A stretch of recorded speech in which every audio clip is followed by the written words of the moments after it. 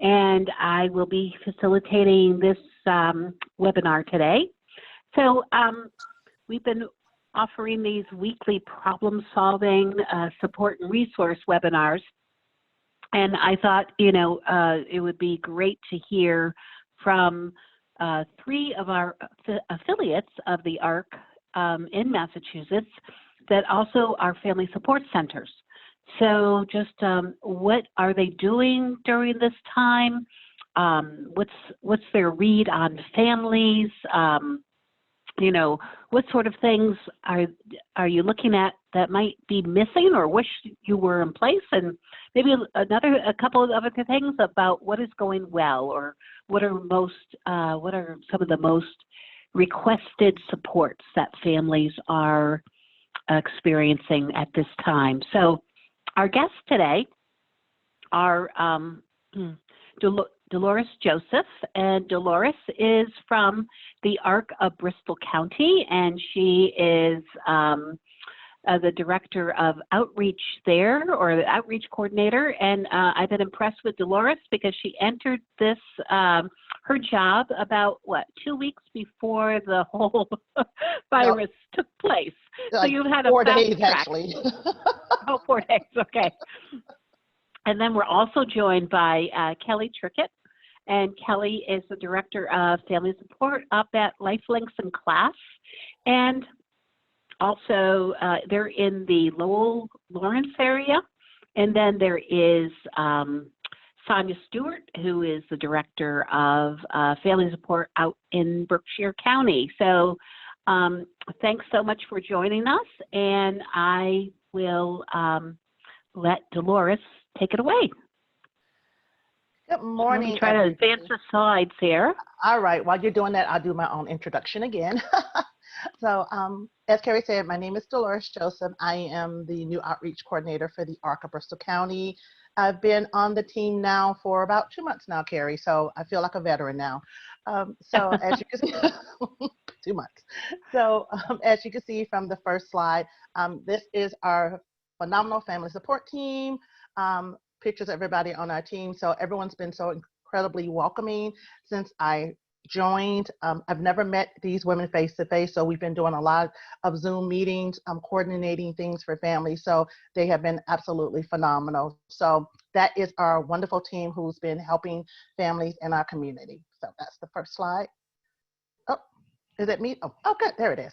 So, so what have we been doing? So since I started, like I said, right before the pandemic came about, we decided that we wanted to help families with resources and reaching out to families to make sure that they're doing okay. So one of the first things that we did was we made sure that we checked in with all of our families, asked if they had any presenting problems or needs or concerns that we could assist them with. If we didn't have the answers, we would make sure that we would find them out for the families. So we've been doing that on a consistent basis.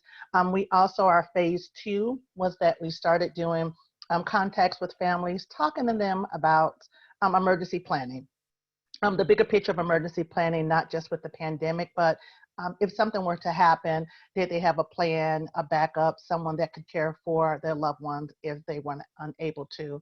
And if they didn't, we would sit and talk with them about it to try to help them problem solve and guide them to some resources. So we've been doing that with families. Also, DDS has been phenomenal during this time working with us. We've been collaborating with them in helping to assist families.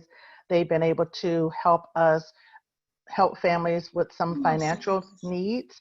Some of those financial needs were gift cards. We've been able to provide gift cards to families at grocery stores to help buy groceries for families. Also, they've been giving us funds, because I wanted to write it down, for our family managed respite support. Some of our families, some of the concerns that families have addressed is that they're overwhelmed. They need a break.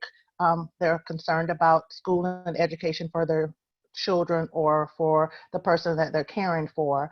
So for families who were able to identify someone who can come into their home to help out with respite, they felt comfortable with that during the pandemic. DDS has been providing supports and financial supports to us so that we can assist the families with that. The flyer that I have on here is one of the first flyers that I did as the outreach coordinator. We felt it was very important to get out resources to families in a condensed manner, whether it be state, local, or community resources. So this was the very first flyer that I did in March. Just had some basic information and some resources that families can reach out to. We email this to families a few times a month. We don't want to overwhelm families. We put this on our social media page so that anybody can see it, because it's resources for just anyone. So we've been doing that consistently, offering support groups and educational webinars to families. We've been doing that. We have a moms group that we run on Mondays from 7 to 8:30, which is phenomenal.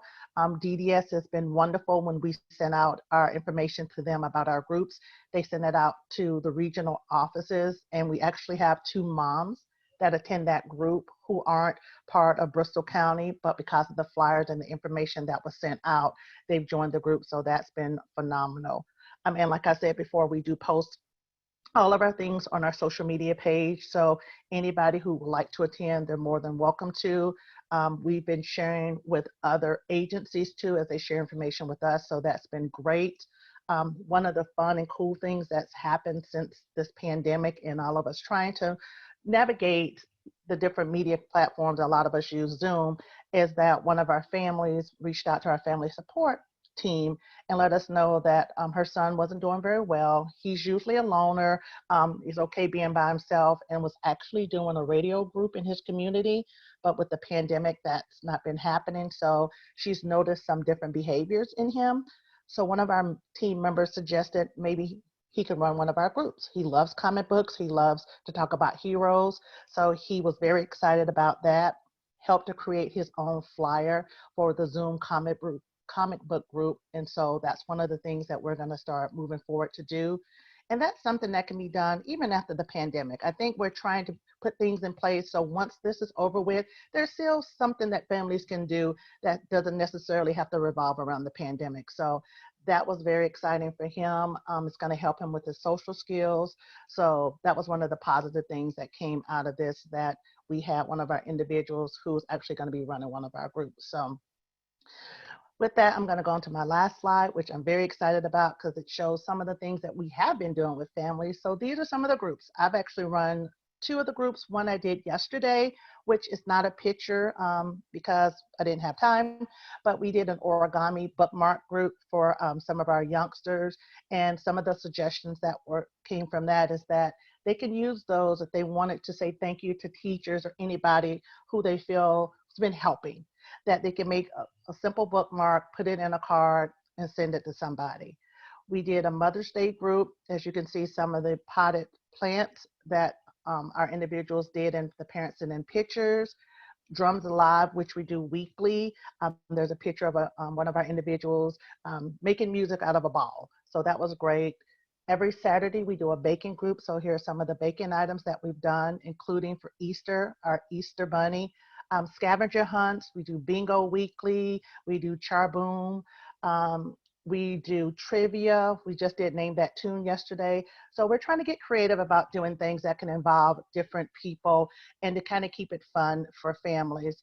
The next thing that we're looking at is doing a meditation and yoga group for our caregivers and for our staff too, so people can take care of themselves also. So I think that's some of the big things that we've been doing. So that's it. I think unless people have questions, I mean, we're very excited. We've been sharing ideas with other ARCs, and ARCs have been sharing ideas with us. So we thank you so much for your input and for helping to get the word out about all of the groups that are being done by everybody. Well, thank you, Dolores. It's you know, it's great to see all of the different activities and that sort of thing. Can you kind of clarify what areas that you serve? I know with this new Zoom technology we're in, people, it's not that necessary that you're part of a catchment area, but could you kind of talk a little bit about who you support, where you support people? So we're in all of the greater Attleboro area. Taunton, we have families in Middleborough. So it's like the I don't want to say southern, like Bristol County area. But one of the things that you just said with Zoom, which is going to be funny, we're actually looking to do a magic group or a magic show for our families. And I have a contact in California who is a magician that we're trying to get him on board so that he's able to do it through Zoom. So you don't have to be in a catchment area or even in the same state. So that's what's so phenomenal about all of this, is that you don't have to live in Attleboro or Taunton or Middleborough to participate in any of these events. Okay, great. Great. And on your cooking classes, do you supply the materials or the pottery? I'm looking. Do people come pick up materials, or how do you do that? Okay, so for those classes, some of those classes are for family support. So, excuse me. So we do supply items for our families that are part of our family support unit. But if anybody wants to participate who's outside of that, they're more than welcome. We will send them a list of things that they need. But we do make up kits, and we have people that deliver them to our families. So for the pottery and for the cooking, it does take a lot of work and a lot of planning, but we do make up the kits and we deliver them to families. Great. Okay. Yep. Any questions for Dolores? I just had one other quick one. Can you kind of give an overview of the other types of supports you provide families, like adult family care? Yep. So with adult family care, and I'm glad you brought that up. So we're not doing like home visits with families. We're doing a lot of virtual visits with families, checking in to make sure that our families are doing okay, especially for those who live on their own. So, excuse me. We do Zoom events with them.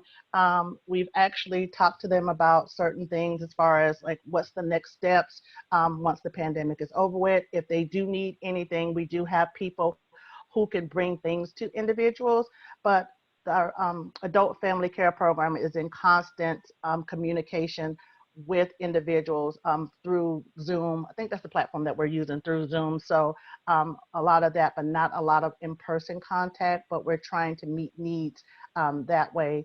We also have our residential programs, which that's not something I do a lot with, but listening to some of my coworkers, that's very stressful because still trying to meet the needs of individuals, making sure that our staff is taken care of, and also practicing some of the guidelines with the social distancing, making sure that people have masks, have gloves, and making sure that everyone stays safe. So trying to do everything within the guidelines and doing the best that we can. I think everyone is doing the same thing, but when we can, we try to do the one-on-one meetings with families, doing check-ins to make sure people are okay.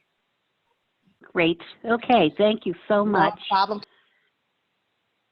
And now I am going to pass it over to Kelly. Make sure you're unmuted.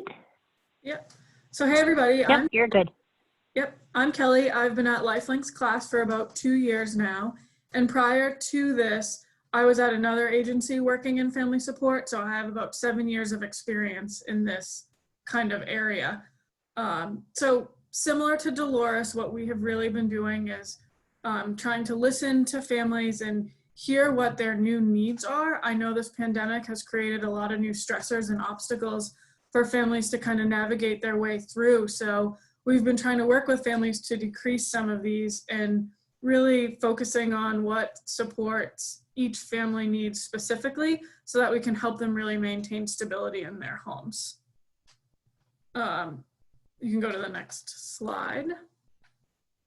And that picture there, I didn't mention it, was our family support team yesterday on a Zoom meeting as we try to meet weekly so we can keep each other up to date about what's going on with each family and things that are going on in the agency in general.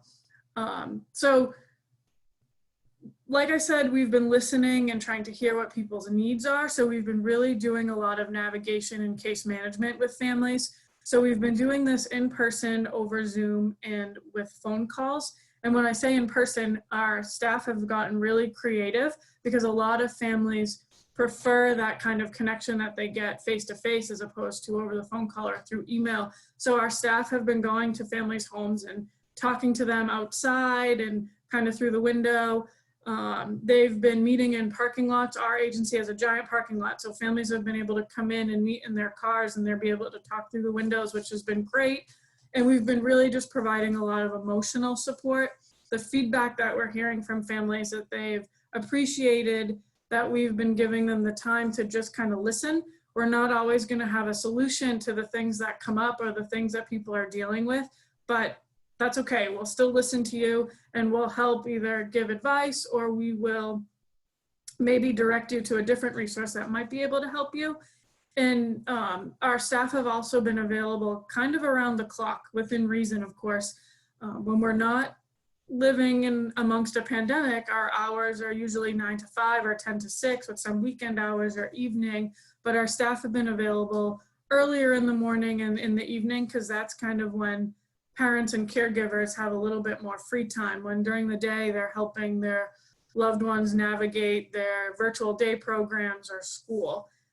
And we've also been offering support groups. So on Monday and Tuesday evenings, we have support groups. And then on Tuesday mornings, there are support groups that families can log in via Zoom and talk to other families and our staff as well. Something else we've been doing with families is emergency planning, which is kind of a tough topic to discuss, but the feedback again that we've been getting is that this has been super helpful. So we've been helping families put together plans if they were to get sick, or somebody else in their home were to get sick, or if their loved one were to get sick, because there's a lot of different things that I think families need to think about, whether it's, can people go to the hospital alone? Is there another caregiver that could help provide care for their family member if they were to get sick, and just things like that. A lot of feedback we're also hearing is that the structure in people's days now is kind of non-existent. So it's hard for families to help their child who would typically be in school or a day program to kind of fill that void that their loved one is now missing, and having regular routines and structure in their day. So we've been sending templates to families that they could use of a schedule, or we've just been calling and talking to them on the phone and giving them ideas of how to use a schedule or how to implement it, and reminding them to build in breaks and maybe some different reinforcement type schedules.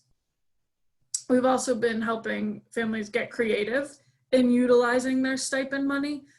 Families initially had stipend money, and they may have been planning to use it for camps or other respite type programs during April school vacation or whatever. So, and now those programs aren't open and they're not able to use their money that way. So we've been working to, or we've been helping them get a little bit creative and innovative, where we've been buying fitness equipment, adaptive equipment, or just other things, games, arts and crafts for families to use within their homes and to fill up and kind of help structure their day. You can see the top picture of the little boy on the swing. So we helped the family purchase that. And the mom I was speaking to yesterday said that that swing has been a lifesaver. Her son does bolt, and by having that swing in the yard, he's able to get out there with his brother, and she can kind of get a little bit of free time while he's on that swing. He spends up to an hour sometimes swinging on that, and it's just been awesome for the family. And then we've also had to address some emergency needs. So we've been using stipend money to get groceries for families and help pay some utility bills. We've gone to the grocery store, families have needed that, and we've also purchased gift cards. Our virtual programming has been very successful. We've collaborated with 2 other agencies in the area so that our calendar can be a little bit more extensive, so that you can kind of log on to our website. You can see the calendar, you can see all the programs that we have each day, and you can freely sign in and do whatever it is that you want to do. We have anything from fitness to art to karaoke. One of our autism programs, they've been doing a lot of really cool stuff. The second picture you can see there, last week they dedicated all their activities to Star Wars, because May the 4th be with you, and they did some just unique things. They did Star Wars trivia, they did a talent show, and if there was one individual who just wanted to talk about Star Wars, so he was able to do that in the talent show. Another week they did a Harry Potter themed week, and they did they virtually went to the Harry Potter amusement park. They did a Harry Potter escape room where they they were given clues, and then they had to solve the clues, and then they were able to get out of that virtual room. And it's just been really awesome. And what's been great to see specifically in that program is before this pandemic, there were some individuals that were referred to attend, but it just was difficult for them. They didn't want to come and have that in-person experience, the program in person. And those people have now feel comfortable participating in this one, which has been great. So I'm sure that program will continue to do in-person and virtual programming in the future. And then this third picture down is an individual who's participating in our music therapy that happens on Saturday mornings, which has also been awesome. In-home staffing, so some of our individuals who have funding to provide respite in-home or who have the DESE program or agency with choice, we've done our best to make sure that the staff continue to work during this time. So we provided those staff with some PPE, mask and gloves to go into their home. And then what's been nice is some of our day program staff who haven't been working have reached out and said if we need assistance to fill some of the voids in people's homes, that they would go in and work with families too. So that's been nice. However, there's kind of been this challenge of families need staff, but also don't want someone they don't know in their home at this time, which is completely understandable, but that's still a resource there if people need it.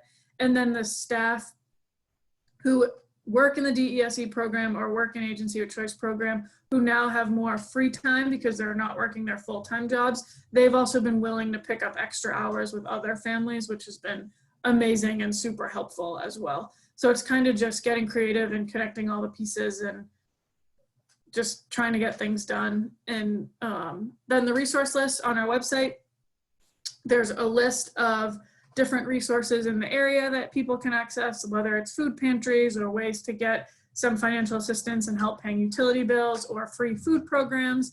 We have our calendar, like I mentioned, with all of our virtual programs up there that you can just go on and click in. You don't need to register for those, and those are open to anybody. And then we also have a list on our website of things that you could do at home without being part of a virtual program. And then that bottom picture I didn't really talk about is we worked with our family leadership staff in our area, and she was able to get some masks and for families, and we were able to distribute those to our medically complex families who have nursing agencies coming into their homes who weren't able to get their own PPE. So we were able to do that so that the families could maintain their in-home nursing hours, which was awesome. So I think really the key in the themes during this time is just creativity and innovation and thinking on our feet and having a can-do attitude and let's just problem solve to get things done. And then that's just my email if you guys have questions, my phone number, and then the link to our website for those resources.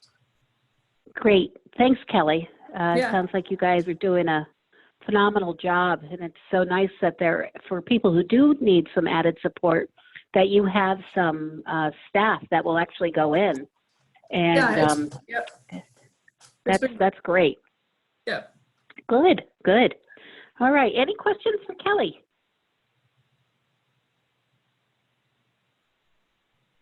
All right, okay, so let me find Sonia.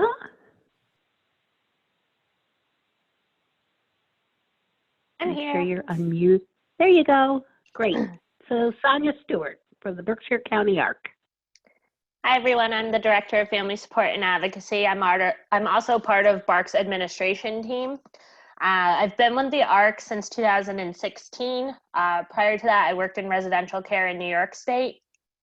But our Family Support Center serves all of Berkshire County and a little bit into Hampden County. So we serve some of the ruralist part of the states. And typically we try to help folks get connected.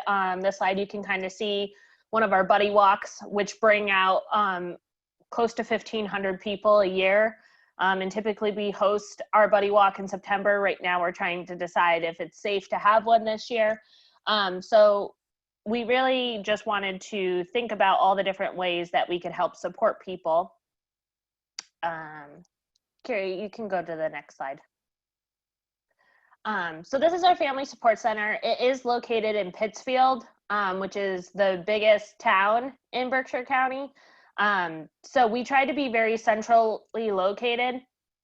Our transitions program is downstairs, so a lot of the families we serve also attend the program that's below our center.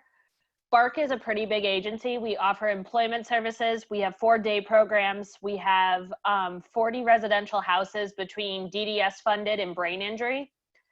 In addition to that, we also do a vast array of community sports. We have a family support contract. We also offer, we just started doing DESE, and we have a pretty large adult family care program. Right now we have 120 families in that. So this is kind of the hub where all the action is, and we just let people know that we're still here and able to support.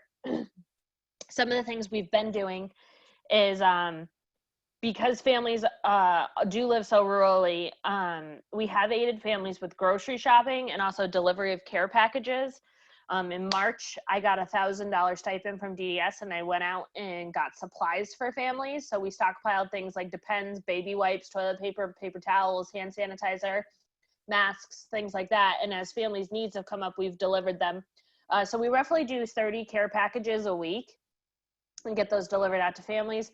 And we help anywhere between 5 and 10 families with their shopping a week. And that's just folks that come in.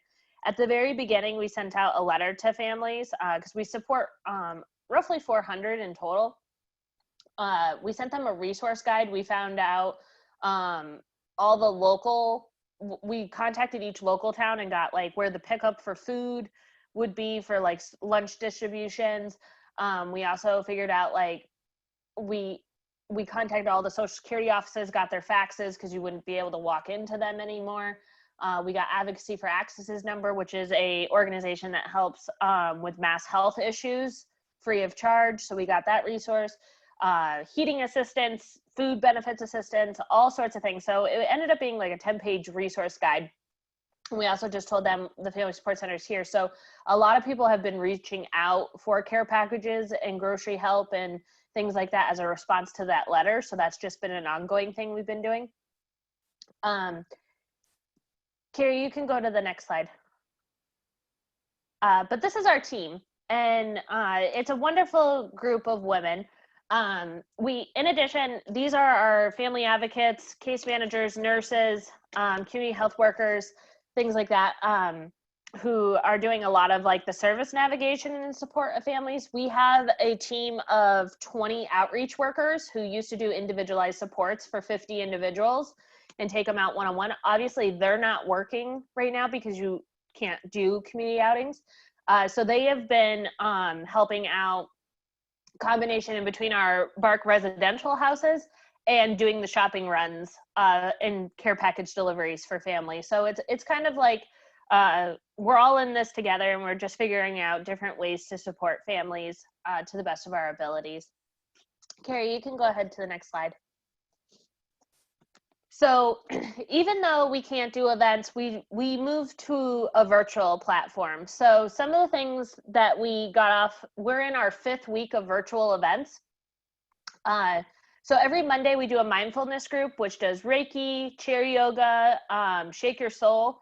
And we have an instructor, she works for our day programs, and she agreed to do these free of charge for the center just to get people connected. Last night's mindfulness group, we had 18 people in attendance. So our attendance to virtual classes have increases. Our first group had 4 people, so now we're up to 18. And each week we get different folks in. So that's been really, really rewarding. And it's not just people Bark serve. Last night there was 2 houses that were state-run houses from different parts of the state. So it's nice to see that we're getting, our activities are getting out there. So we encourage anyone to join, and the links are right on our Facebook page. So anyone's welcome to join any of these. Tuesdays are trivia nights. So tonight is true or false trivia. Last week we did a special edition movie trivia, so people seem to really like it. And the way I set trivia up is there's questions for all ranges. So we have entire families join for trivia, not just individuals, which is nice. And we have a lot of regulars, and there's like some healthy sportsmanship you see across the Zoom channels, and like There's this one daddy like cheers on the other individuals in the group, and it's just really nice. And one of the things I like that virtual events has offered is because we are so rural, a lot of families don't want to drive. For some of our families, it's 1 to 2 hours to get to Pittsfield, and you're in the same county just because of how rural we are. We're getting a lot of families who live really far away joining our events, and it's making them feel connected, and the individuals are making meaningful friendships. So even after the pandemic ends, we're going to continue offering our virtual events because it offers connectivity for those who can't travel or to come to a later event. They're not going to get home till way after 10 o'clock. So it's something we're definitely going to keep going. On Wednesdays, we offer a virtual book club, and we read from a book that does short stories. So every week is a different short story. So you can miss a week of book club and not lose track of what's going on because it's always a different story. And that's, again, built momentum. And I scan the pages. So just like you guys see this PowerPoint right now, the pages are shared in the PowerPoint. So people can read right off of their computer screens. That being said, we have had some people who wanted the tactile feel of having a book, and I have had copies of the book delivered to those families through some of those care package deliveries. On Thursdays, we do Tight Knit Group. That's a knitting club or sewing club. Anyone who knits or sews can come and join, and we just kind of like knit and talk and just kind of have like a nice little half hour of socialization. And then this week, for the first week, Thursday night, we're doing a virtual chance to dance. So typically once a month, we offer a mini dance. And it's like $5. You come in, you can dance, you get chips and a soda. Well, we can't do that right now. So we decided to take it virtual. It's obviously going to be free of cost. We're not going to charge anyone because they're not getting snacks. But this week it's 80s themed. So that starts at 6 o'clock. And pretty much we all just come on and we dance with each other. And we got inspired to do this through the mindfulness group because with Shake Your Soul, you kind of like do a mindful dance. This is just kind of like freelance dancing where everyone can just get their groove on together. So, and we've had quite a few RSVPs. So I'm interested to see how many people actually come to that to be able to report on that. But pretty much anything that we used to offer live, we've just moved to the virtual platform. And we are seeing higher levels of individuals with autism joining our groups. We do have some individuals who have never come to a social activity, but they're coming absolutely every single virtual event. And something about the being on the screen, it's breaking down barriers and getting people connected. Like I said, I have one individual. He's very isolated, almost agoraphobic, doesn't like leaving his house. And he comes to every event. Book club, he'll read almost the entire book if you let him. He loves reading to the rest of the group. And this is someone who is very shy socially when it's a in person-to-person contact, but he's happy to read to his peers and have a really good dialogue with them at the end of each chapter. So virtual events have been very, very rewarding for us in that sense. And for the adult family care program, we moved our caregiver trainings virtual. So I've been meeting once a week. I offer one training a week to help caregivers get their 8-hour requirement done. And that's been a huge hit.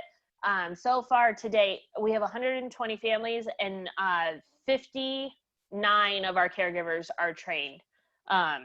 So that's huge. So we're hoping by the end of the pandemic, we have everyone trained, or just a small portion of the folks who couldn't do it virtually have to come out to some live sessions. But that's going to be a tremendous help for the end of the year to ensuring trainings are done. Kerry, you can go ahead to the next slide.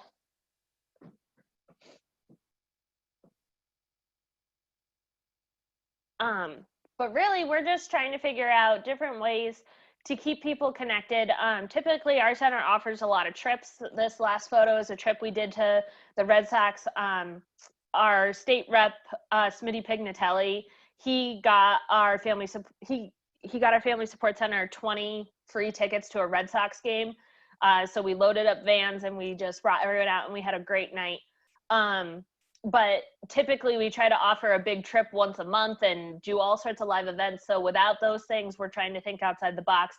And I do a weekly blast out to families of ways to stay active, little tips and tricks on how to maintain your health during all of this. And sometimes I send things like scavenger hunts or virtual tours like many of us are doing. But again, you just got to stay creative and meet families where they're at. And what we've been doing seems to be making families pretty happy. So we're just going to keep doing what we're doing. And like I said, once this all ends, we'll probably go back to live sessions in like the nicer months and keep virtual sessions for the winter months, or when it's a little bit, when it gets darker earlier, when people don't necessarily want to be out driving through the hill towns. So that's really what we're doing out here in the Berkshires. Great. Thank you, Sonia. Really impressed with all three of you in terms of your innovation and, desire to assist during this demanding time for our families. So I'm just curious if you, Dolores and Kelly and Sonia, what do you see as, what are the unmet needs at this time that you're seeing? Right now we or have one of the graders. Since the mandated mask order has come in, we have families flooding us saying they can't get masks, they don't have enough, or they're worried about their individuals not being able to wear a mask. So we've just been trying to get our hands on masks to be able to help families out with that. And we've also been offering, like I said, to do shopping for them, because typically some of these families would bring their loved ones shopping to help mitigate that, allowing them to stay home to care for their loved one while we go do the shopping. We've just been trying to think outside the box in that respect. But right now, the biggest request is hand sanitizer and masks. Mm-hmm. Okay.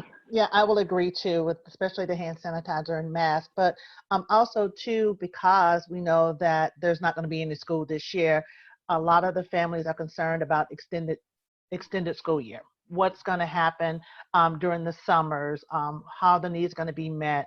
So because we're not special education, we have been trying to connect them with the proper channels to try to find out, because this is all changing. So nobody really knows what's going to happen, but I think trying to alleviate some of the anxieties for families, because they're wondering what is going to happen in the future, what's going to happen in the summertime.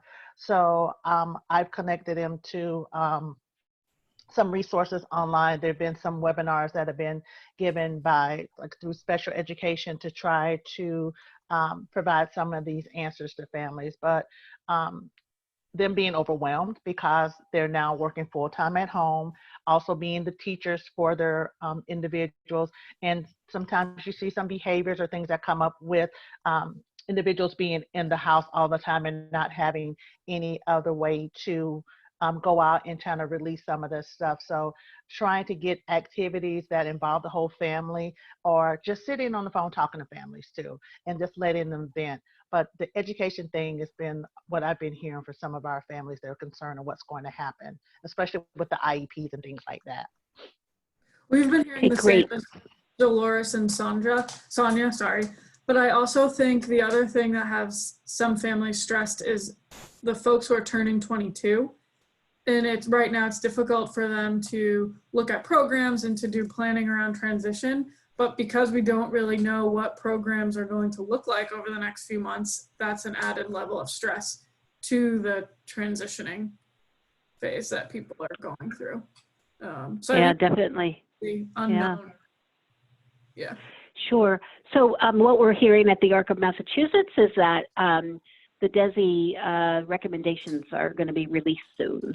So we hopefully will be getting more information, especially about extended year programs. So I want to jump to one of the chat boxes. Beth says, thanks for all you do, all three of you. Do you see any needs or issues that are unique to the autistic adults and their families? I think a lot of families are experiencing regression and then a spike in behaviors.